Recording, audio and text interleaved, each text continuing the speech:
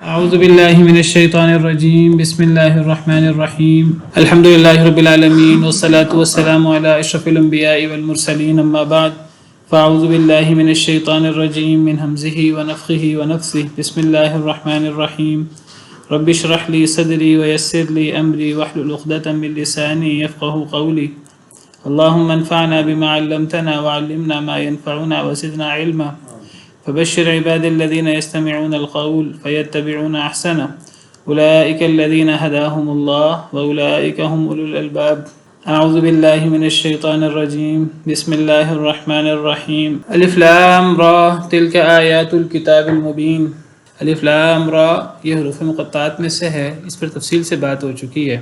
یہ قرآن کریم کو معجزہ ثابت کرنے کے لیے مختلف صورتوں کے شروع میں ہیں، زیادہ تر یہ مکی صورتوں کے شروع میں آتے ہیں حروف مقطعات، وہ حروف جن کو الگ الگ کر کے پڑھا جاتا ہے۔ یہ حروف قرآن کریم کو معجزہ ثابت کرنے کے لیے ہیں، اس لیے ان حروف کے بعد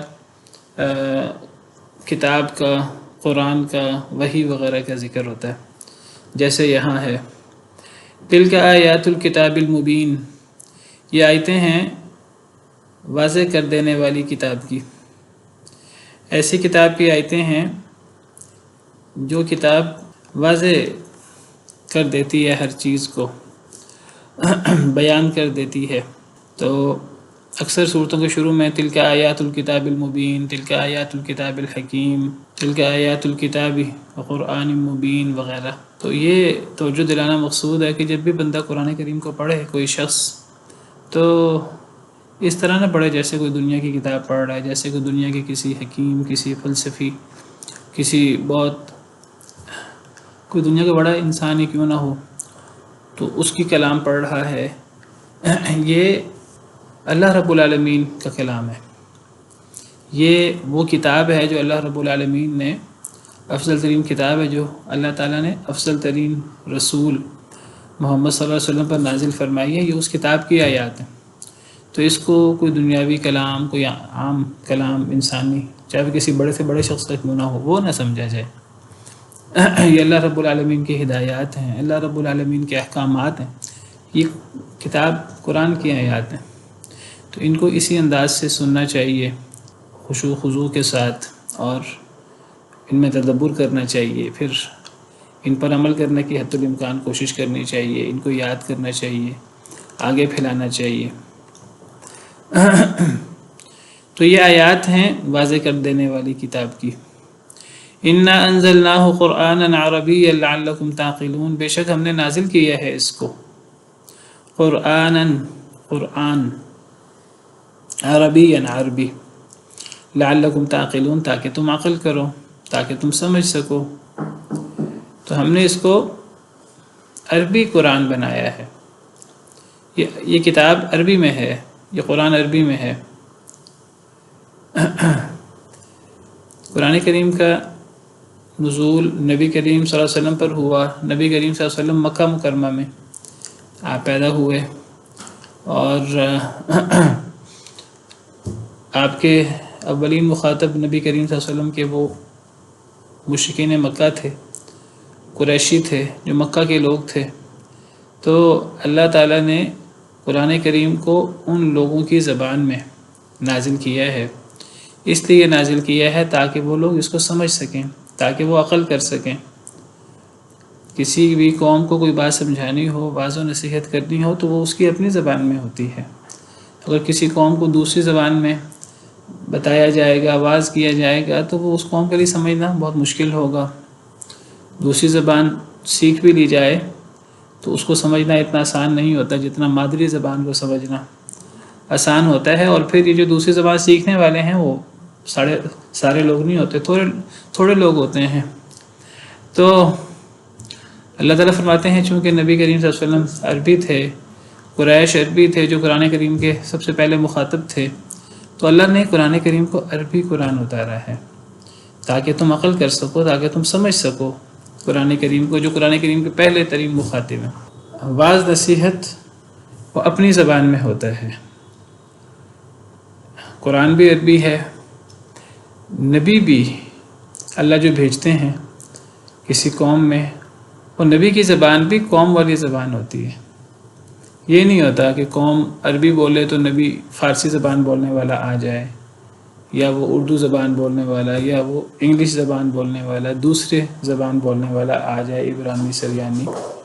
جیسی قوم ہوگی نبی بھی ویسا ہی ہوگا، اسی قوم کا فرد ہوگا، اسی قوم کی زبان بولے گا، اور جو کتاب اترے گی وہ بھی اسی قوم کی زبان میں اترے گی۔ تو یہ قرآن عربی زبان میں ہے۔ نبی کریم صلی اللہ علیہ وسلم بھی عرب تھے اور آپ عربی بولا کرتے تھے۔ سورہ ابراہیم میں اللہ تعالیٰ فرماتے ہیں وَمَا أَرْسَلْنَا مِن رَّسُولٍ إِلَّا بِلِسَانِ قَوْمِهِ لِيُبَيِّنَ لَهُمْ، ہم نے کوئی رسول نہیں بھیجا اے نبی صلی اللہ علیہ وسلم مگر اپنی قوم کی زبان میں۔ ہر نبی اپنی قوم کی زبان میں بھیجا، وہ اپنی قوم کی زبان بولتا تھا۔ لِيُبَيِّنَ لَهُمْ، تاکہ وہ اپنی قوم کے سامنے اپنی بات کو بہت اچھی طریقے سے واضح کر سکے۔ دوسری زبان میں مافی ضمیر واضح کرنا آسان نہیں ہوتا۔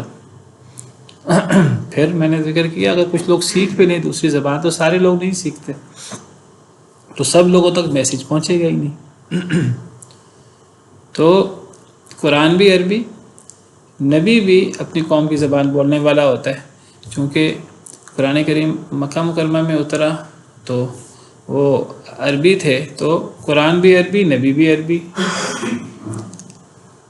تو اللہ تعالیٰ نے افضل ترین کتاب قرآن، افضل ترین رسول نبی کریم صلی اللہ علیہ وسلم پر افضل ترین زبان جو عربی تھی، ان لوگوں کی زبان عربی تھی، اور یہ کوئی اتفاقیہ بات نہیں تھی کہ مکہ کے لوگوں کی زبان عربی تھی، یہ اللہ کی حکمت بالغہ تھی۔ جس کو ہم دنیا میں اتفاق سمجھتے ہیں وہ اللہ کی حکمت بالغہ ہوتی ہے۔ ہمارے حساب سے وہ اتفاق ہوتا ہے، اس کے پیچھے اللہ کی لمبی پلاننگ ہوتی ہے، اللہ نے اس کے مطابق پورا حالات سیٹ کر دیے ہوتے ہیں۔ تو یہ نہیں کہ چونکہ وہ عربی بولتے تھے تو عربی نازل ہو گیا قرآن، اگر وہ کوئی فارسی بولتے ہوتے اس دور میں، عبرانی بولتے ہوتے تو نہیں، اللہ نے تو پہلے سے فیصلے کیے ہوتے ہیں، اس کے مطابق سارے حالات اللہ بنا دیتے ہیں۔ اللہ کے لیے کیا مشکل ہے؟ تو اللہ نے افضل ترین کتاب کو افضل ترین رسول محمد صلی اللہ علیہ وسلم پر افضل ترین زبان عربی، اس میں اللہ نے نازل کیا افضل ترین مہینے میں، رمضان میں، افضل ترین امت جو نبی کریم صلی اللہ علیہ وسلم کی امت ہے، اور اس قرآن کو لانے والا فرشتہ بھی افضل ترین ہے، سیدنا جبریل امین علیہ السلام۔ اس سے قرآن کریم کی اہمیت کا پتہ لگتا ہے۔ اس سب کو جو فضیلت ملی ہے یہ قرآن کی بدولت ملی ہے۔ جس رات میں یہ قرآن نازل ہوا وہ رات 1000 مہینوں سے افضل رات ہو گئی۔ جس نبی پر نازل ہوا وہ نبی سب سے نبیوں سے افضل ہے۔ جس قوم پر یہ قرآن نازل ہوا وہ قوم کتنی خوش نصیب قوم ہے جس کے سینے میں یہ قرآن ہوگا۔ تو یہ قوم کنتم خیر امۃ اخرجت للناس بن گئی، لیکن یہ فضیلت تب تک برقرار ہے جب تک وہ قرآن کریم سے تعلق رکھے، اپنے مقصد زندگی کو پہچانے۔ اس کتاب کو لانے والا جبریل، وَإِنَّهُ لَتَنزِيلُ رَبِّ الْعَالَمِينَ نَزَلَ بِهِ الرُّوحُ الْأَمِينُ، یہ اللہ رب العالمین کی طرف سے منزل کردہ ہے، اور اس سے جبریل امین لے کر اترے ہیں علی قلبک، اے نبی آپ کے قلب اطہر پر صلی اللہ علیہ وسلم۔ تو اس کو لانے والا فرشتہ افضل ترین فرشتہ، جس مہینے میں یہ کتاب اتری وہ مہینہ سب سے افضل، رمضان، شہر رمضان الذی انزل فیہ القرآن۔ تو یہ ساری فضیلتیں قرآن کی بدولت حاصل ہو رہی ہیں، ساری فضیلتیں۔ اس قرآن کو ہم چھوڑ کے بیٹھے ہیں اور ہم کہتے ہیں ہم نے ترقی کرنی ہے غیروں کے طریقے پر عمل کر کے۔ وہ غیروں کے طریقے پر عمل کر کے ترقی کیسے ہوگی؟ ان اللہ یرفع بہذا الکتاب اقواما ویضع بہ آخرین، اللہ اس کتاب کے ذریعے لوگوں کو عروج دیتا ہے اور اس کتاب کی وجہ سے لوگوں کو ذلیل کر دیتا ہے۔ اور سب سے افضل شخص وہ ہے خیرکم من تعلم القرآن وعلمہ، جو قرآن سیکھے اور سکھائے۔ یہ ہے قرآن اور عربی قرآن۔ اس سے عربی زبان کی اہمیت کا پتہ لگتا ہے، اور اس سے پتہ لگتا ہے اللہ تعالیٰ نے لوگوں کی وعظ و نصیحت کا کتنا دھیان رکھا ہے کہ لوگ جو زبان بولے کتاب بھی اس میں اور نبی بھی اس میں۔ اللہ نے اتنا دھیان رکھا کہ لوگوں کو وعظ و نصیحت ہو سکے۔ اب لوگ کیا کہتے ہیں؟ لوگ کہتے ہیں انسانوں کے لیے یہ نبی فرشتہ ہونا چاہیے تھا۔ اللہ تعالیٰ تو کتاب بھی عربی میں بھیج رہے ہیں کہ لوگ عرب ہیں، نبی بھی عربی زبان والا بھیج رہے ہیں کہ لوگ عرب ہیں، تو انہی میں سے نبی بھی بھیج رہے ہیں. ہر نبی اپنی قوم کا بھائی ہوتا ہے، اپنی قوم کے خاندان میں سے ہوتا ہے. وَإِلَىٰ عَادٍ أَخَاهُمْ هُودًا وَإِلَىٰ ثَمُودَ أَخَاهُمْ صَالِحًا وَإِلَىٰ مَدْيَنَ أَخَاهُمْ شُعَيْبًا. دنیا میں انسان بستے ہیں تو نبی بھی انسان ہوگا. اللہ نے تو مانوسیت کا دھیان رکھا ہے. وہ جو اللہ تعالیٰ کی حکمت بالغہ تھی کہ قرآن عربی میں چونکہ قوم عربی ہے اور نبی بھی عربی بولتے ہیں چونکہ قوم عربی ہے، اپنی قوم کی زبان میں نبی کو بھیجا ہے. لوگ کہتے ہیں کہ ہم تو انسان ہیں، ہمارے پر نبی فرشتہ ہونا چاہیے. نبی کوئی یہ نہیں کہ وہ دوسرے قبیلے کا، دوسرے ملک کا نہیں. نبی وہ دوسری کوئی جنس، کوئی دوسری نوع اور دوسری مخلوق ہونی چاہیے. تو سمجھے گا کون فرشتے کی بات؟ فرشتہ اصل شکل میں آ جائے تو فرشتے کی اصل شکل کے ساتھ کون جو ہے وہ چل سکے گا؟ اور نبی صلی اللہ علیہ وسلم نے فرشتے حضرت جبریل کو 2 دفعہ اصل شکل میں دیکھا ہے بس، اور آپ گھبرا گئے. آپ گھر آئے اور آپ نے گھر میں آ کر کہا مجھے چادر اڑا دو، تو پھر فرشتے نے آ کر وحی کی. نبی کا کام ہوتا ہے اپنی قوم کے لیے اسوہ حسنہ بنے. ہر کام جو نبی پر وحی ہو، نبی خود بھی عمل کرے اور اپنی قوم کو بھی اس کے بارے میں بتائے اور قوم کی بھی تربیت کرے. اگر نبی اپنی قوم کی عملی تربیت کر ہی نہ سکے، اپنی قوم کو نماز پڑھ کے نہ دکھا سکے، اپنی قوم کو روزہ رکھ کے نہ دکھا سکے، صبر کر کے نہ دکھا سکے، جہاد کر کے نہ دکھا سکے، جو ضروریات حاجات ہماری ہیں وہ نبی کی نہ ہوں، اور نبی ان ضروریات اور حاجات کے ساتھ نبی عملی نمونہ بنے، تو وہ نبی کیسے ہو سکتا ہے جو نبی یہ کام نہ کر سکے؟ نبی کریم صلی اللہ علیہ وسلم انسان تھے تو آپ نے بھوک رکھ کر روزہ رکھ کر دکھایا. اور آپ کا تو خاصہ ہے، آپ تو ایک دن نہیں، آپ تو وصال کرتے تھے روزوں کا، 2 3 دن روزہ رکھ لیتے تھے. اور یہ آپ کا خاصہ ہے، آپ نے امت کو اس کی اجازت نہیں دی. آپ نے فرمایا مجھے تو اللہ کھلاتا پلاتا ہے روحانی طور پر. تو نبی ان کے ساتھ بشری عوارض لاحق تھے، بھوک پیاس لگتی تھی، آپ نے روزہ رکھ کے دکھایا، آپ نے تکلیفیں اٹھا کر دکھائیں، آزمائشیں سہ کر آپ نے ثابت قدم رہ کر دکھایا. آپ کو بھوک لگتی تھی، آپ برداشت کرتے تھے بھوک. غزوہ احد میں جب مسلمان خندق کھود رہے ہیں تو ایک صحابی وہ اپنی پریشانی نبی صلی اللہ علیہ وسلم ظاہر کرتے ہیں، اے اللہ کے رسول بھوک بہت لگی ہے، تھکاوٹ بہت ہے. پیٹ سے کپڑا ہٹاتے ہیں، زیادہ بھوک لگی ہو تو پتھر باندھ دیتے ہیں. تو نبی کریم صلی اللہ علیہ وسلم اپنے پیٹ مبارک سے کپڑا ہٹاتے ہیں تو 2 پتھر بندھے ہوتے ہیں. کر کے دکھایا. فرشتہ ہو تو فرشتہ یہ چیزیں کیسے دکھائے جس کو نہ بھوک لگے، جس کو نہ انسانی عوارض لاحق ہوں. اگر اس دنیا میں فرشتے بستے ہوتے اللہ فرشتہ رسول اتارتے. قُلْ لَوْ كَانَ فِي الْأَرْضِ مَلَائِكَةٌ يَمْشُونَ مُطْمَئِنِّينَ لَنَزَّلْنَا عَلَيْهِم مِّنَ السَّمَاءِ مَلَكًا رَّسُولًا. دنیا میں انسان بستے ہیں، اللہ نے تو یہ دھیان کیا ہے کہ نبی ان کی زبان میں آئے، کتاب ان کی زبان میں آئے. یہ تو اللہ نے دھیان کیا. لیکن نبی اللہ تعالیٰ وہ نورانی اور فرشتہ بھیج دیں گے، یہ کیسے ہو سکتا ہے؟ یہ تو حکمت کے منافی ہے. تو فرمایا انا انزلناہ قرآنا عربیا لعلکم تعقلون، بے شک ہم نے اس کتاب کو عربی قرآن بنایا ہے تاکہ تم عقل کرو، تاکہ تم سمجھ سکو. سوال پیدا ہوا کہ چلو مکہ مکرمہ کے لوگ عربی بولتے تھے، ان کے لیے قرآن کریم اللہ نے عربی اتار دیا، تو ہمارے لیے کیا ہے؟ ہم تو نہیں عربی بولتے، ہم تو اردو بولتے ہیں، انگریزی بولتے ہیں، دوسری زبانیں بولتے ہیں. تو ہمیں تو یہ آسانی حاصل نہیں ہے جو قریش مکہ کو حاصل ہوئی. کیا جواب ہے اس کا؟ جی تو ہم بھی تو مخاطب ہیں قرآن کے، قرآن ہمارے لیے بھی تو ہے. تو کیا جو بول چال تھی جس جگہ پہ نبی صلی اللہ علیہ وسلم آئے اس علاقے کی جو بول چال تھی، نہیں، اگر آج کوئی یہ اعتراض کرے کہ اللہ تعالیٰ نے ان کا تو دھیان کر لیا تو ہمارا، صحیح جواب اس کا چاہیے. دیکھیے اس کا اصل جواب یہ ہے، یہ ہماری کوتاہی ہے. نہیں سیکھ سکتے ہیں تو یہ نہیں، ہماری کوتاہی ہے. ہم نے کیوں اردو زبان اپنی رکھی ہوئی ہے قومی زبان؟ ایک مسلمان ہو اور قومی زبان اس کی اردو ہو، انگلش ہو، ترکی ہو، بنگالی ہو، یعنی ہمیں قرآن کی زبان پسند نہیں ہے، یعنی زبانیں تو اختیار کر لی جاتی ہیں، عادات اختیار کر لی جاتی ہیں. جب تک قرآن نہیں اترا تھا تب تک ٹھیک ہے، جو بھی زبان ہو. جب قرآن اتر گیا عربی، اور جو اولین مخاطب تھے ان کے لیے تو اللہ تعالیٰ نے دھیان رکھا، عربی کتاب اتاری ان کے مطابق، اللہ نے ان کے مطابق کتاب اتار دی. قریب کا سارا عرب عربی بولتا تھا، وہ سمجھتا تھا. جو لوگ آتے گئے اس دور میں باہر سے اکا دکا لوگ، بہت تھوڑے لوگ تھے جو باہر سے آئے. نبی صلی اللہ علیہ وسلم کے دور میں آپ کے صحابہ میں سے تھوڑے لوگ اجمی تھے، گنے چنے ہوئے لوگ اجمی تھے. تو وہ چند لوگوں کا مسئلہ نہیں ہوتا، مسئلہ تو جمہور کا ہوتا ہے، اکثر لوگوں کا ہوتا ہے.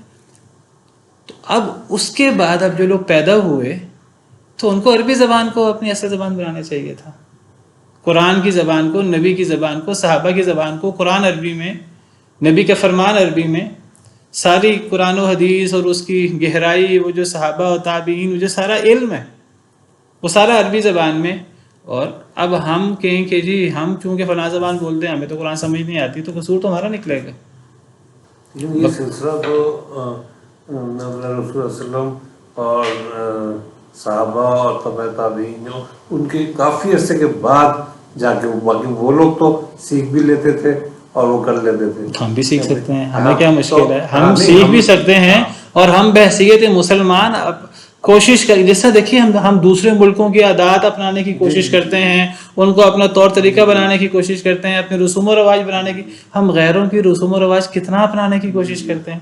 ہم کتنی جگہوں پر غیروں کے لباس اور غیروں کی چیزیں، غیروں کا سلیبس، غیروں کی جو اصول و ضوابط ہیں ہم باقاعدہ ان سے مروب ہو کر لاگو کرنے کی کوشش کرتے ہیں. تو اللہ تعالیٰ کی کتاب، نبی کا فرمان، یہ چیزیں ہم لاگو نہیں کر سکتے. وہ تب ہم لاگو کریں گے ہم اس کو جب ہمارے نزدیک اس کی اہمیت ہوگی.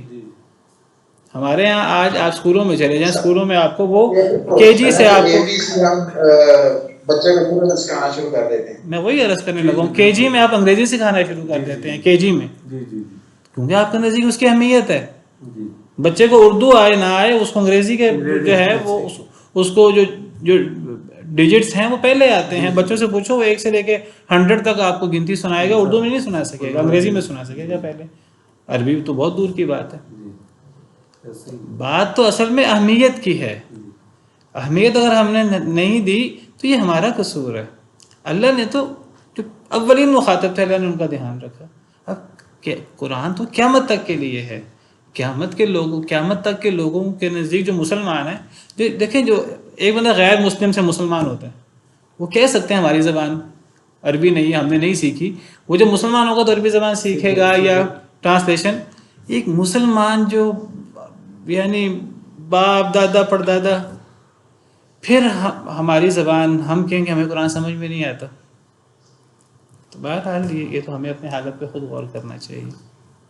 مطلب یہ جو ہوا نا کہ جب دنیا علاقوں میں بٹی، تقسیم ہوئی، تو اس وقت انہوں نے اپنی الگ بولیاں. میں آپ سے عرض کرتا ہوں کہ ٹھیک ہے مختلف علاقوں کی زبان مختلف ہو جاتی ہے، لیکن کوشش کر کے ایک چیز اپنائی جا سکتی ہے. جب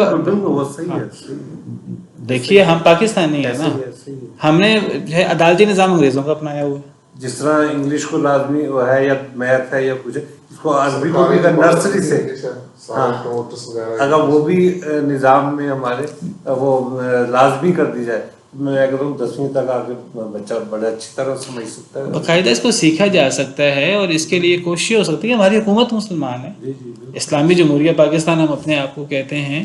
تو اصل میں اہمیت جتنا ہم دیں گے تو اس میں اللہ تعالیٰ نے تو جو عرب ہیں اللہ نے ان کے مطابق قرآن عربی میں اتار دیا. اب آگے ہم عربی نہ سیکھیں تو ہمارا قصور ہے. پھر ہم عربی بھی نہیں سیکھتے، پھر ہم ٹرانسلیشن بھی نہیں پڑھتے. پھر بہرحال اللہ کی طرف سے تو کوئی کمی نہیں ہے. حضرت عمر فرمایا کرتے تھے عربی زبان سیکھا کرو، یہ تو قرآن کی زبان ہے، نبی کی زبان ہے، جنت کی زبان بھی عربی ہوگی. بہرحال یہ تو اب ہمارے نزدیک ہے، ہمارے نزدیک کس چیز کی اہمیت ہے. فوری دنیاوی فائدے کی ہے کہ یہ آخرت کی ہے جو اصل ہے اور ہمیشہ ہمیش کے لیے ہے. تو بے شک ہم نے اس کو عربی قرآن نازل کیا ہے تاکہ تم سمجھ سکو اس کو. نحن نقص عليك احسن القصص بما اوحينا اليك هذا القرآن، ہم قصہ بیان کرتے ہیں آپ پر بہترین قصہ، بما اوحینا الیک هذا القرآن، اس سبب سے جو ہم نے وحی کی آپ کی طرف قرآن کی، وَإِن كُنْتَ مِن قَبْلِهِ لَمِنَ الْغَافِلِينَ، وَإِن كُنْتَ، ان کا عام طور پہ معنی اگر ہوتا ہے، لیکن یہاں ان کے معنی میں ہے، اس ان کو گرامر کی زبان میں ان مخففہ کہتے ہیں، ایسا ان جو مخفف ہے، یعنی جو ان سے مخفف ہوا ہے، ان سے ان بنا ہوا، تو یہ ان اگر کے معنی میں نہیں ہوتا، یہ ان بے شک کے معنی میں ہوتا ہے۔ اگر اس کا معنی بے شک کریں گے تو اس کا معنی صحیح ہوگا، اگر اس کا معنی اگر کریں گے تو معنی صحیح بنے گا نہیں۔ وَإِن كُنْتَ مِن قَبْلِهِ لَمِنَ الْغَافِلِينَ، اور اگر آپ تھے اس سے پہلے غافلوں میں سے، بات سمجھ نہیں آتی، وَإِن كُنْتَ، اور یقیناً اور بے شک آپ تھے، من قبلہ اس سے پہلے، لمن الغافلین، البتہ غافلوں میں سے، تو یہاں ان کا مطلب بے شک۔ تو اللہ فرماتے ہیں کہ ہم قصہ بیان کر رہے ہیں آپ پر بہترین قصہ۔ قصہ قصہ یقص کا لفظی مطلب ہوتا ہے کسی چیز کے پیچھے چلنا۔ حضرت موسیٰ علیہ السلام اپنے خادم کے ساتھ نکلے حضرت خضر سے ملاقات کرنے کے لیے، تو جہاں ملاقات تھی اللہ نے کچھ نشانی بیان کی تھی، تو وہاں گئے تو وہاں سے آگے بڑھ گئے، تو پوچھا کھانا، تو وہ جو خادم تھا وہ کہنے لگا کہ وہ کھانا تو مچھلی تھی، وہ تو زندہ ہو کر سمندر میں چلی گئی تھی، سمندر میں سرنگ بنا لی تھی، مجھے آپ کو بتانا بھی بھول گیا، مجھے شیطان نے بلا دیا کہ میں آپ کو بتاؤں۔ حضرت موسیٰ کہنے لگے یہی تو نشانی تھی، وہی جگہ تھی جہاں وہ مچھلی نکلی، واپس چلیں۔ تو قرآن کہتا ہے فَارْتَدَّ عَلَىٰ آثَارِهِمَا قَصَصًا، بس وہ دونوں پلٹے قدموں کے نشان پر، قصصا پیچھے۔ تو قصہ کا مطلب ہوتا ہے پیچھا کرنا کسی چیز کا، تو پرانے لوگوں کے حالات، واقعات، اس کو قصہ کہتے ہیں۔ لیکن ایک ہوتا ہے قصہ، ایک ہوتا ہے کہانی، یا جس کو عربی میں اسطورہ کہتے ہیں۔ تو یہ اسطورہ نہیں ہے، یہ کہانی نہیں ہے، بے بنیاد کہانی اور لوگوں کو ایسے خوش کرنے کے لیے اور لوگوں کو ہنسانے کے لیے جھوٹی سچی، یہ اس طرح کی بات نہیں ہے، یہ سچے واقعات ہیں گزرے ہوئے۔ تو ان میں سے یہ بہترین ایک واقعہ ہے، ہم قصہ بیان کر رہے ہیں آپ پر بہترین قصہ، قصوں میں سے سب سے اچھا قصہ۔ اس قصے میں بہت سارے ایسے اللہ تعالیٰ نے حکمتیں، نقطے اور ایسی اللہ تعالیٰ نے باتیں بیان کی ہیں کہ اس قصے کو غور کر کے پڑھا جائے تو ہمارے لیے بہت سارے سبق اس میں پوشیدہ ہیں۔ کیسے لوگ حسد کرتے ہیں دوسرے کی ترقی سے، اور وہ غیر نہیں، اپنے بھی بھائی کئی دفعہ وہی جو ہیں وہ کسی کی ترقی اور کسی کے عروج کو دیکھ کر وہ اس سے حسد کرنا شروع کر دیتے ہیں کہ فلاں کو یہ اعزاز کیوں حاصل ہو رہا ہے، فلاں سے ہمارے والد کیوں محبت کر رہے ہیں، فلاں کا مقام زیادہ کیوں ہے، کم ہونا چاہیے، اگر کم نہیں ہوتا تو اس کو ویسے ہی رستے سے ہٹا دیا جائے۔ اور یہ جو حسد اور حسد کی جو نقصانات ہیں، کس طرح حسد کی وجہ سے عملی طور پر انسان دوسرے کو نقصان پہنچاتا ہے، اور پھر کس طرح اللہ تعالیٰ نے دکھایا کہ جب انسان اللہ کے لیے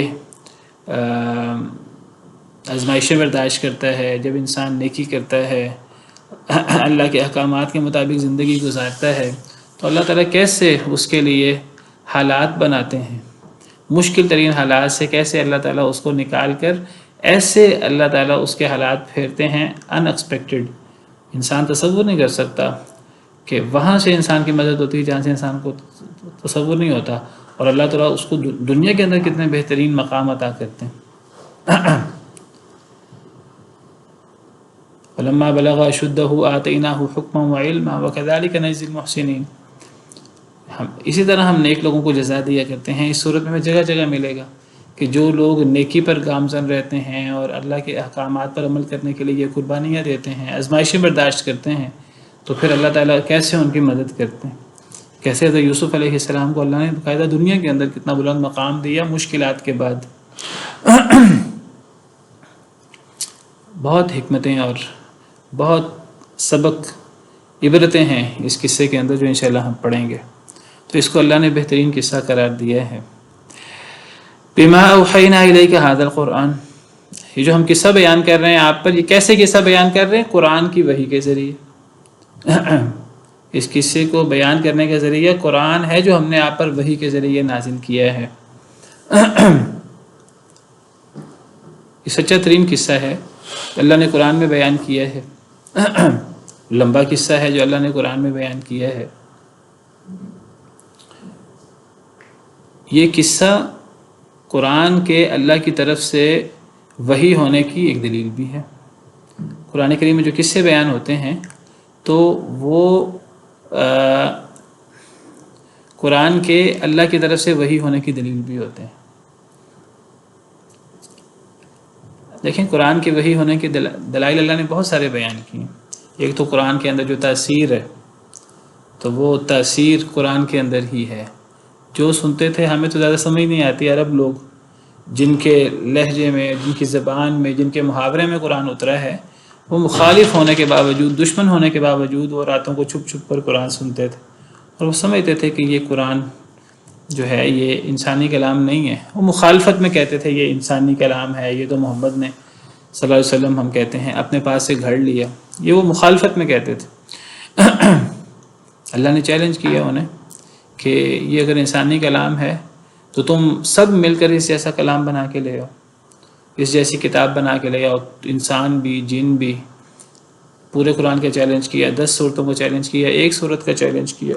ایک صورت چھوٹی سے چھوٹی قرآن کریم میں 1.5 لائن کی، 2 لائنوں کی، 3 آیات کی صورت ہے. 3 آیات بھی پوری دنیا مل کر، اور پوری دنیا نہیں صرف بلکہ جن کو لوگ معبود بناتے ہیں اللہ کے علاوہ، کہا ان کو بھی اکٹھا کر لو. تو قرآن کی حقانیت کی دلیل یہ بھی ہے کہ کوئی کہتا ہے کہ یہ انسانی کلام ہے تو اللہ فرماتے ہیں اس جیسا ایک صورت بنا کے لے آؤ، تم سب مل کر لے آؤ. تم نہیں لا سکو گے، اس پر تم لا بھی نہیں سکے اور قیامت تک نہیں لا سکو گے. یہ قرآن کی حقانیت کی دلیل ہے. قرآن کی حقانیت کے دلائل میں سے یہ بھی ہے قرآن کریم میں ماضی کے سچے واقعات،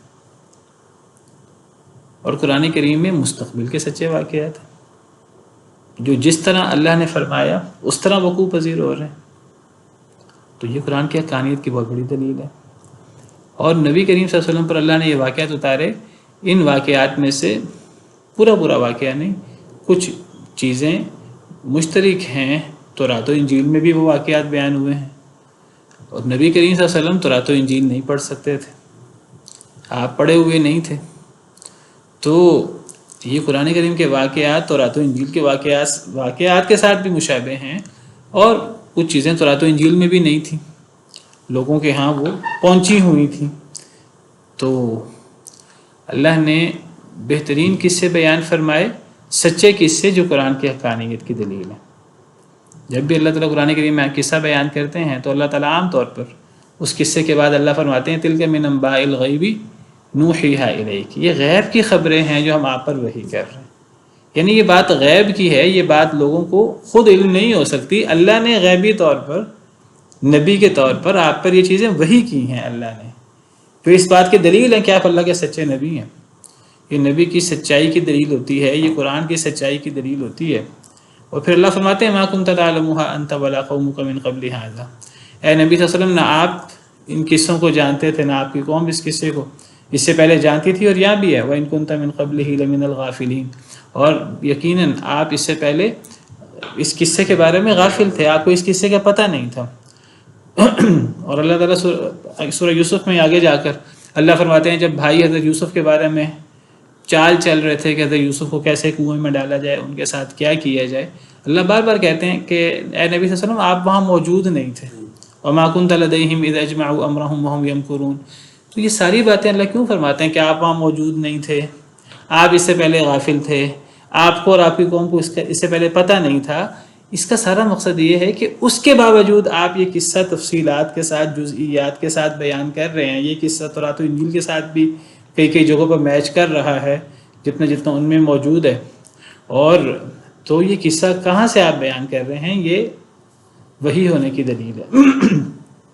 قرآن اللہ کی طرف سے ہے، نبی کریم صلی اللہ علیہ وسلم اللہ کے سچے نبی ہیں. بما اوحینا الیک ھذا القرآن، تو یہ قرآن کی وحی ہونے کی دلیل بھی ہے، نبی کریم صلی اللہ علیہ وسلم کے سچے ہونے کی دلیل بھی ہے، ماضی کے قصے بھی اور مستقبل کی خبریں بھی.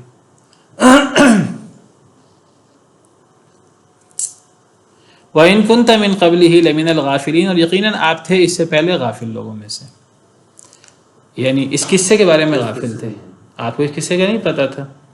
تورات و انجیل میں کچھ لکھا ہوا، آپ کو اس کا بھی نہیں پتہ تھا. اس سے پتہ لگا کہ نبی پر جب وحی ہوتی ہے تو وحی سے پہلے نبی کو اس بات کا نہیں پتہ ہوتا، جب نبی پر وحی ہو جاتی ہے تو نبی کو اس بات کا پتہ لگ جاتا ہے. یہ اس بات کی بہت بڑی دلیل ہے کہ نبی عالم الغیب نہیں ہوتا. عالم الغیب کون ہوتا ہے؟ عالم الغیب وہ ہوتا ہے جس کو ہر بات کا پہلے سے پتہ ہو، جس کو ہر بات کا ازل سے پتہ ہو، جس کو ہر بات کا خود سے پتہ ہو، ہر بات کا پتہ ہو. جسے ایک بات کا پہلے پتہ نہیں تھا، بعد میں پتہ لگا، وہ عالم الغیب نہیں ہو سکتا.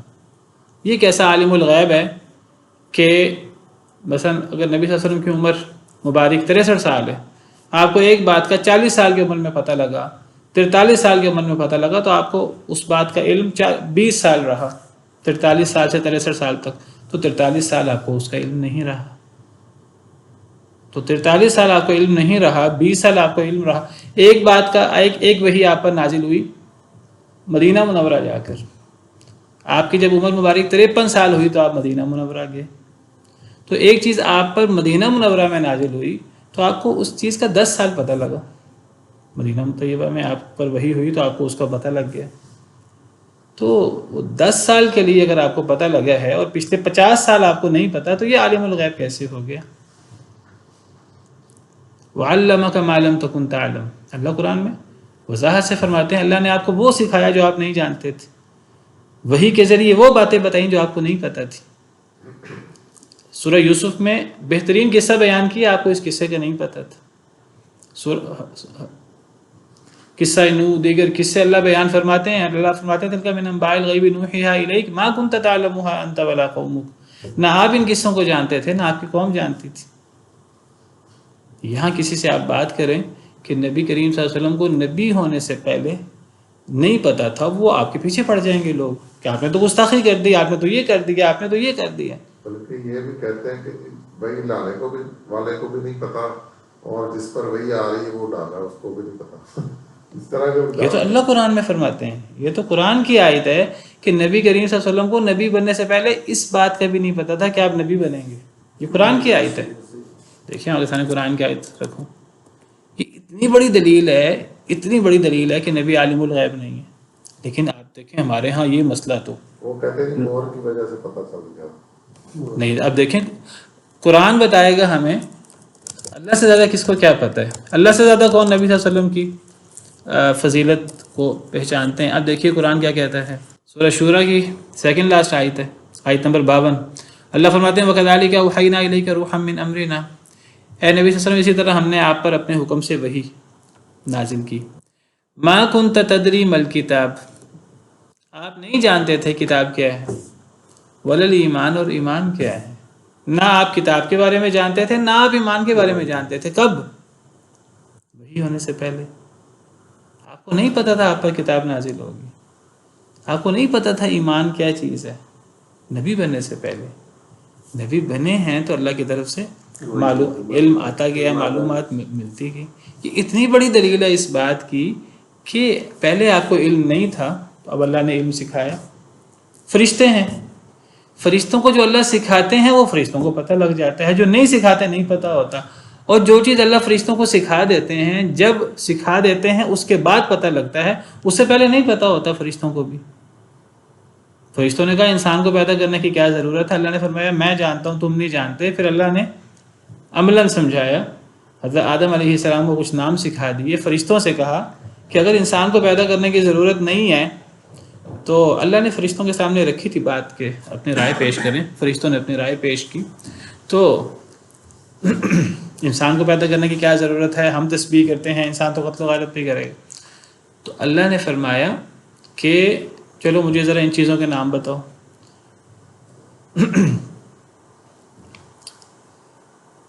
فرشتوں نے کہا قالوا سبحانک لا علم لنا الا ما علمتنا، اے اللہ آپ پاک ہیں، ہمیں وہ علم نہیں ہے مگر جو آپ نے ہمیں سکھایا، انک انت العلیم الحکیم، آپ ہی جاننے والے حکمت والے ہیں۔ تو پھر اللہ نے فرمایا قال یا آدم انبئہم باسمائہم، اے آدم ان فرشتوں کو ان چیزوں کے ناموں کی خبر دو۔ فلما انبأہم باسمائہم، جب حضرت آدم نے خبر دی فرشتوں کو ان ناموں کی، تو پھر اللہ نے فرمایا قال الم اقل لکم انی اعلم غیب السماوات والارض، اللہ نے فرمایا فرشتوں سے کہ کیا میں نے تمہیں کہا نہیں تھا میں ہوں آسمان و زمین کا غیب جاننے والا۔ صرف اللہ ہے جو آسمان کا بھی غیب جانتے ہیں، زمین کا بھی غیب جانتے ہیں۔ کس کو اللہ کہہ رہے ہیں؟ فرشتوں کو۔ کس کے سامنے کہہ رہے ہیں؟ آدم کے سامنے۔ نہ آدم جانتے ہیں آسمان و زمین کا غیب، نہ فرشتے جانتے ہیں۔ اور فرشتے کہتے ہیں بانگ دہل وضاحت سے قالوا سبحانک لا علم لنا الا ما علمتنا، اے اللہ آپ پاک ہیں، ہمیں وہ علم نہیں ہے مگر جو آپ ہمیں سکھائیں۔ تو اللہ کی طرف سے وحی ہوتی ہے، ہر چیز اللہ سکھاتے ہیں، اس میں کوئی شک نہیں ہے۔ اللہ کی طرف سے وحی ہوتی ہے، اللہ سکھاتے ہیں، اللہ کے سکھانے سے کوئی عالم الغیب نہیں بن جاتا۔ اور پھر کتنی بڑی جسارت ہے، کتنی بڑی جسارت ہے۔ اللہ کے کوئی عالم الغیب نہیں ہے، ہم کے عالم الغیب ہے۔ اللہ کے کوئی عالم الغیب نہیں ہے، نبی کے میں عالم الغیب نہیں ہوں، ہم کے نہیں، نبی عالم الغیب ہے۔ یعنی ہمارے کہنے کا کیا مطلب ہے کہ اللہ کو کہتے ہیں کہ عالم الغیب نہیں ہے کوئی، ہم کہتے ہیں عالم الغیب۔ نبی کہتے ہیں میں عالم الغیب نہیں ہوں، ہم کہتے ہیں عالم الغیب۔ تو آپ کس کا مقابلہ کر رہے ہیں؟ اللہ کا رسول کا۔ اللہ تعالیٰ قرآن میں فرماتے ہیں قل لا یعلم من فی السماوات والارض الغیب الا اللہ، اے نبی صلی اللہ علیہ وسلم آپ فرما دیجئے آسمان و زمین میں کوئی غیب نہیں جانتا سوائے اللہ کے۔ وما یشعرون ایان یبعثون، اور انہیں تو اتنا بھی شعور نہیں ہے کہ وہ کب اٹھائے جائیں گے۔ کنہیں؟ یعنی ان نیک بزرگوں کو، نبیوں کو جن کے بارے میں لوگ گمان کرتے ہیں کہ وہ عالم الغیب ہیں۔ اللہ فرماتے ہیں وہ عالم الغیب کیسے ہیں؟ انہیں تو اتنا بھی نہیں پتا جو قبروں میں ہیں، نبی ولی نیک لوگ جو قبروں میں ہیں انہیں اتنا بھی نہیں پتا کہ بعث کب ہوگی، قیامت کب ہوگی، قیامت کے بعد میدان محشر کب لگے گا، انہیں تو اتنا بھی نہیں پتا۔ جسے اس بات کا نہیں پتا قیامت کب ہوگی، جسے اس بات کا نہیں پتا کہ قیامت کے بعد اللہ لوگوں کو کب اٹھائیں گے، تو وہ عالم الغیب کیسے ہو سکتا ہے؟ اور اللہ سراحت سے کہہ رہے ہیں زمین و آسمان میں کوئی غیب نہیں جانتا، کہ یہ کہتے ہیں نہیں جانتے ہیں۔ نبی صلی اللہ علیہ وسلم فرماتے ہیں قرآن کریم میں اللہ کے حکم سے قل لا اقول لکم عندی خزائن اللہ ولا اعلم الغیب، اے اللہ کے نبی صلی اللہ علیہ وسلم آپ فرما دیجئے میرے پاس اللہ کے خزانے نہیں ہیں، ولا اعلم الغیب میں غیب بھی نہیں جانتا، ولا اقول لکم انی ملک میں یہ بھی نہیں کہتا تم سے کہ میں فرشتہ ہوں۔ تین باتیں ایسی ہیں جن تینوں باتوں میں لوگ اختلاف کرتے ہیں۔ کہہ دیجئے میں نہیں کہتا میرے پاس اللہ کے خزانے ہیں، لوگ کہتے ہیں نبی کے پاس اللہ کے خزانے ہیں، نبی اللہ کے خزانوں کا مالک ہے، جیسے چاہے تقسیم کرتا ہے۔ نبی کہتے ہیں اللہ نبی کو حکم دیتے ہیں نبی آپ اعلان کر دیجئے میں اللہ کے خزانوں کا مالک نہیں، یہ کہتے ہیں نہیں نبی اللہ کے خزانوں کے مالک ہیں۔ اللہ نبی کو حکم دیتے ہیں نبی آپ اعلان کر دیجئے میں غیب نہیں جانتا، یہ کہتے ہیں نہیں نبی غیب جانتا ہے۔ اللہ نبی کو حکم دیتے ہیں نبی آپ اعلان کر دیجئے ولا اقول لکم انی ملک، میں تمہیں نہیں کہتا کہ میں فرشتہ ہوں، نورانی مخلوق ہوں، یہ کہتے ہیں نہیں نبی نورانی مخلوق ہے۔ یعنی مقابلہ کس سے ہے؟ قرآن سے مقابلہ ہے، اللہ رسول سے مقابلہ ہے۔ یہ کیسا ایمان ہے؟ یہ کیسا دین اور ایمان ہے؟ جو بات اللہ رسول کی ہے اس سے مخالفت کرنی ہے، اور بات جی ہم تو نبی سے بڑی محبت کرتے ہیں، یہ کیسی محبت ہے؟ یہ تو ایسا دعوے ہیں جو نبی کی تعلیمات کے خلاف ہے۔ حضرت عیسیٰ علیہ السلام نے پوری زندگی تبلیغ کی کہ میں اللہ کا بندہ ہوں، اللہ کا رسول ہوں، اللہ کو رب مانو، اللہ کی عبادت کرو۔ عیسائیوں نے کہا کہ نہیں، حضرت عیسیٰ تو اللہ ہیں، اللہ کے بیٹے ہیں۔ حضرت عیسیٰ پوری زندگی تبلیغ کرتے رہے، ان اللہ ربی و ربکم فاعبدوا، اللہ میرا بھی رب ہے تمہارا بھی رب، اللہ کی عبادت کرو۔ انہوں نے کہا نہیں، حضرت عیسیٰ تو خود روح اللہ ہیں، خود اللہ ہیں، یہ خود اللہ کے بیٹے ہیں۔ تو نبی صلی اللہ علیہ وسلم تو پوری زندگی دعوت دیتے رہے شرک سے بچنے کی، توحید کی، غلو نہ کرنے کی، قرآن و سنت کو ماننے کی۔ تو نبی کی ذات میں غلو شروع کر دی ہے، حالانکہ آپ نے منع کیا تھا میری ذات میں غلو نہ کرنا، تو نبی کی ذات میں غلو شروع کر دیا، اولیاء کی ذات میں غلو شروع کر دیا۔ کتنی واضح آیت ہے، وَإِن كُنْتَ مِن قَبْلِهِ لَمِنَ الْغَافِلِينَ، یقیناً آپ اس سے پہلے غافل تھے، حضرت یوسف کے قصے کا آپ کو نہیں پتہ تھا، اب اللہ کے بتانے سے پتہ لگ گیا۔ جب اللہ کے بتانے سے پتہ لگ گیا تو نبی کریم صلی اللہ علیہ وسلم نے یہ بات، یہ آیات، یہ صورت صحابہ کرام کو بھی سکھا دی۔ صحابہ کرام سے یہ سلسلہ آگے بڑھتا رہا، آج ہم یہ صورت پڑھ رہے ہیں۔ آج وہ باتیں جو اللہ نے نبی صلی اللہ علیہ وسلم پر وحی کی، وہ باتیں صحابہ کرام سے تابعین آج ہم تک پہنچی ہیں۔ تو یہ ساری جو غیبی امور اللہ نے نبی صلی اللہ علیہ وسلم پر وحی کیے، نبی کو نہیں پتہ تھا، یہ باتیں آج ہم تک پہنچ گئی ہیں۔ اگر ان باتوں کے جاننے سے نبی عالم الغیب بن گئے تو پھر ہمیں کیا کہا جائے گا؟ یہ باتیں تو ہمیں بھی پتہ ہیں۔ حضرت یوسف علیہ السلام کے کتنے بھائی تھے، حضرت یوسف نے کیا خواب دیکھا، حضرت یوسف کے ساتھ کیا معاملہ ہوا، کیسے جیل میں گئے، عزیز مصر کون تھا، اس کی بیوی کے ساتھ کیا معاملہ ہوا، کیا حالات پیش آئے، اس شہر کی عورتوں نے کیا کیا، حضرت یوسف جیل گئے، خواب دیکھا بادشاہ نے، ساری باتوں کا تو ہمیں پتہ ہے۔ اگر ان باتوں کے جاننے سے نبی کریم صلی اللہ علیہ وسلم عالم الغیب ہیں تو یہ باتیں تو ساری امت کو پتہ ہیں۔ یعنی ایسا عجیب و غریب عقیدہ لوگوں نے بنایا ہوا ہے اور پھر سننے کو تیار نہیں ہوتے۔ ایسا جو ہے وہ ذہن بنایا ہوا ہے، کوئی بندہ بات کرے تو گستاخی اور فلاں اور ایسے الزامات۔ کس سے؟ بس وہ نبی کی عظمت بیان کرنا چاہتے ہیں، نبی کی شان بیان کرنا چاہتے ہیں، ایسی شان بیان کرنا چاہتے ہیں۔ اللہ نے بھی اس کی مخالفت کی، نبی نے بھی اس کی مخالفت کی۔ نبی صلی اللہ علیہ وسلم نے فرمایا مجھے اللہ کا شریک نہ بنانا۔ ایک دفعہ ایک صحابی نے کہہ دیا اے اللہ کے رسول، جو اللہ چاہیں اور آپ چاہیں، ما شاء اللہ و شئت، آپ نے فرمایا تم نے مجھے اللہ کا شریک بنا دیا، اجعلتنی للہ ندا، قل ما شاء اللہ وحدہ، کہو جو اللہ اکیلا چاہے، یا بعض روایات میں کہو کہ جو اللہ چاہے پھر آپ چاہیں۔ یعنی یہ کہنا جو اللہ چاہے اور نبی چاہے یہ بھی شرک ہے۔ آپ نے فرمایا مجھے اللہ کا شریک بنا دیا۔ آج ہم کیا کہتے ہیں؟ آج ہم کہتے ہیں اللہ نبی وارث، یعنی ہم اللہ کی صفات میں نبی کو شریک کر دیتے ہیں۔ آج ہم اللہ کو پکارتے ہیں، ساتھ نبی کو بھی پکارتے ہیں۔ جہاں یا اللہ لکھا ہوتا ہے، کوئی لوگ وہاں یا محمد بھی لکھ دیتے ہیں۔ جہاں یا اللہ مدد کہا جاتا ہے وہاں یا رسول اللہ مدد، یا علی مدد کے نعرے بھی آپ کو مسجدوں کے اندر ملیں گے۔ نبی کے صدقے اللہ کا کرم، نبی کا کرم، اللہ کی عطا، رسول کی عطا۔ یعنی وہ نبی صلی اللہ علیہ وسلم نے فرمایا کہ کوئی بندہ یہ کہ جو اللہ چاہے اور نبی چاہے، تو آپ نے فرمایا تم نے مجھے اللہ کا شریک بنا دیا۔ تم کو جو اللہ چاہے اکیلا، یا یہ کہو جو اللہ چاہے پھر۔ یہ بندہ کہہ سکتا ہے مثلا دنیا میں کوئی کسی پر احسان، دنیاوی طور پر کوئی کسی پر انسانی طاقت کے مطابق احسان کرتے، کوئی بندہ کہہ سکتا ہے کہ اللہ کا احسان ہے اور اللہ کے بعد مجھ پر میرے ماں باپ کا احسان ہے۔ اللہ کے بعد کہنا چاہیے۔ اگر یہ کہہ دیا اللہ اور ماں باپ تو یہ بھی شرک کی ایک صورت ہے، اس سے بھی بچنا چاہیے۔ دیکھیے نبی صلی اللہ علیہ وسلم نے اس کو شرک کہا ہے۔ اب آگے نیت کے مطابق معاملہ ہے، انسان کی نیت کیسی ہے، بہت سی چیزیں نیت سے متعلق ہوتی ہیں۔ شرک ہے اجعلتنی للہ ندا، اور شرک کتنا خطرناک ہے وہ آپ کو پتہ ہے، اس کی معافی نہیں ہے۔ اذ قال یوسف لأبیہ یا ابت انی رأیت 11 کوکبا والشمس والقمر رأیتهم لی ساجدین۔ جب کہا یوسف علیہ السلام نے اپنے باپ سے اے پیارے ابا جان، یا ابتی، یا اے ابتی، تو باپ کو ابتی کہہ کر پکارنا یہ پیار اور محبت کا ایک انداز ہے۔ ورنہ عربی میں اے میرے باپ کے لیے یا ابی آتا ہے، لیکن یا ابی کے بجائے یا ابتی کہیں تو یہ ایک پیار کا، محبت کا انداز ہے۔ اے پیارے ابا جان، انی رأیتو، بے شک میں نے دیکھا ہے 11 کوکبا، 11 ستاروں کو، والشمس والقمر، اور سورج اور چاند کو، رأیتہم لی ساجدین، میں نے انہیں اپنے آپ کو سجدہ کرتے دیکھا ہے۔ حضرت یوسف نے ایک خواب دیکھا بچپن میں، تو حضرت یوسف علیہ السلام نے وہ خواب اپنے باپ کو بیان کیا۔ حضرت یوسف کے باپ کون تھے؟ حضرت یعقوب علیہ السلام۔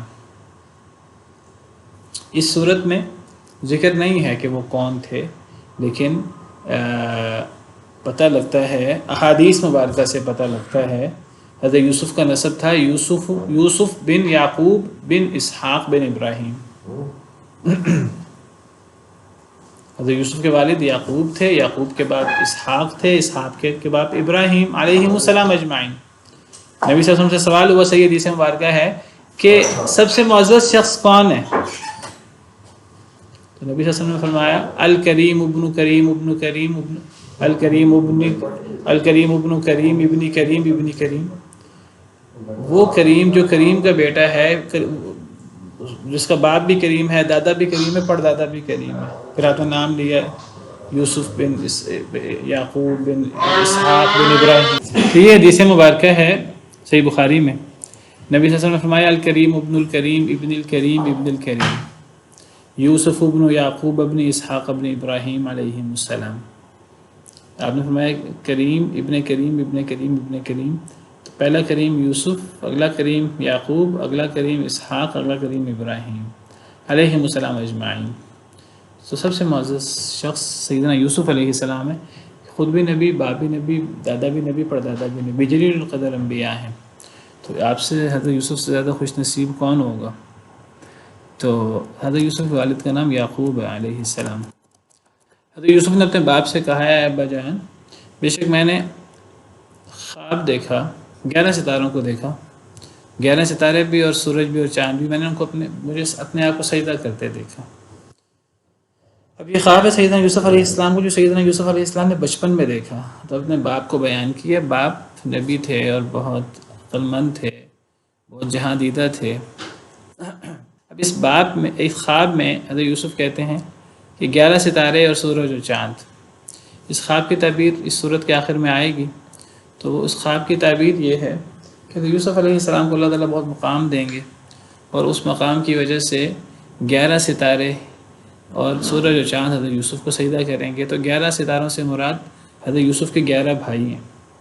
حضرت یوسف 12 بھائی تھے، 10 بھائی دوسری ماں سے، ایک بھائی وہ بنیامین، تو 2 بھائی یہ اور 10 بھائی وہ، تو مل کر 12 بیٹے حضرت یعقوب علیہ السلام کے۔ تو حضرت یوسف کو نکال دیں باقی 11، تو 11 ستارے، سورج اور چاند، سورج سے مراد باپ حضرت یعقوب علیہ السلام اور چاند سے مراد ماں، تو 11 بھائی اور سورج اور چاند حضرت یوسف کو سجدہ کر رہے ہیں۔ اس کے یہ حضرت یعقوب، حضرت یوسف کی شریعت میں سجدہ تعظیمی جائز تھا، کسی کی تعظیم کے لیے سجدہ کرنا۔ ہماری شریعت میں اسے منع کر دیا گیا۔ نبی صلی اللہ علیہ وسلم نے فرمایا، ایک صحابی آئے ان دوسرے شہر سے، انہوں نے آ کر آپ کو سجدہ کیا، تو نبی صلی اللہ علیہ وسلم نے فرمایا تم نے مجھے کیوں سجدہ کیا؟ وہ کہنے لگے میں نے وہاں دیکھا ہے کہ وہ لوگ اپنے بڑوں کو، اپنے بادشاہوں کو تعظیم کے لیے سجدہ کرتے ہیں، تو ہمارے لیے آپ سے معزز کون ہے؟ تو میں نے آپ کو سجدہ کیا ہے، مجھے ان کا طریقہ اچھا لگا ہے کسی کو عزت دینے کا۔ تو نبی صلی اللہ علیہ وسلم نے فرمایا کہ میں اس کی اجازت نہیں دیتا، اگر میں نے اس کی کسی کو اجازت دینی ہوتی تو میں خاتون سے کہتا، عورت سے، کہ اپنے شوہر کو سجدہ کرے، عورت پر شوہر کا جو حق ہے اس کی وجہ سے، لیکن میں اس سے منع کرتا ہوں۔ تو ہماری شریعت میں یہ منع ہے، اس شریعت میں یہ جائز تھا، کسی کو تعظیم کے لیے جھکنا، اس کے سامنے سجدہ کرنا۔ تو حضرت یوسف نے یہ خواب دیکھا، یہ خواب اپنے باپ کو بیان کیا۔ باپ نے کہا قال یا بنی لا تقصص رؤیاک علی اخوتک، کہا یعنی حضرت یعقوب علیہ السلام نے، باپ نے، یا بنی، اے میرے پیارے بیٹے، اے یوسف، لا تقصص رؤیاک، نہ تو قصہ بیان کرنا، نہ تو بیان کرنا اپنے اس خواب کو، علی اخوتک، اپنے بھائیوں کو، فیکیدوا لک کیدا، تو وہ چال چلیں گے تیرے لیے چال چلنا، ان الشیطان للانسان عدو مبین، بے شک شیطان انسان کا واضح دشمن ہے۔ تو یہ خواب اپنے بھائیوں کو بیان نہ کرنا۔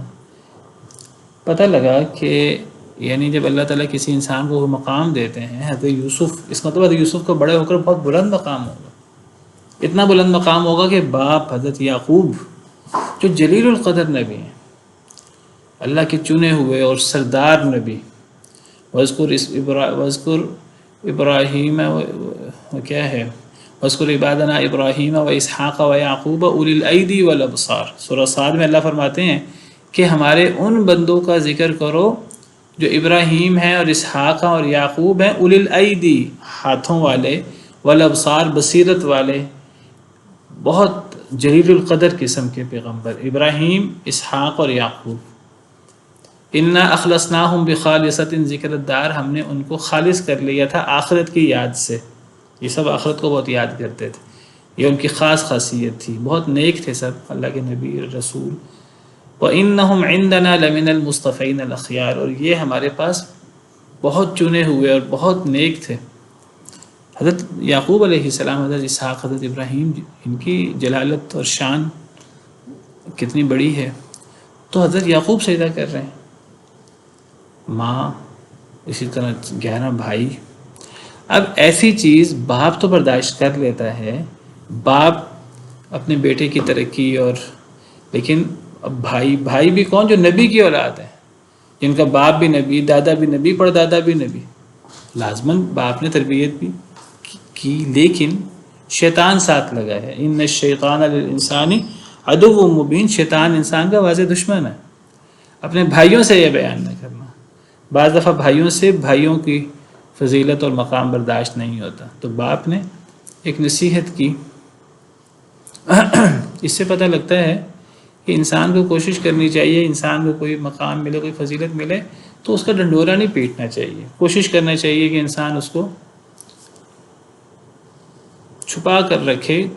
کہیں فضیلت ظاہر ہو جائے تو ظاہر ہو جائے، انسان خود اس کو نمایاں نہ کرے. ہمارے ہاں کیا ہوتا ہے، چھوٹی سی چیز ہو فوراً جی فیس بک پہ ڈال دو، فوراً ٹویٹر پہ ڈال دو، واٹس ایپ پہ ڈال دو. کوئی کھانا کھا رہا ہے، کوئی کسی کو کوئی چیز ملی ہے، وہ فوراً ڈال دیتا ہے.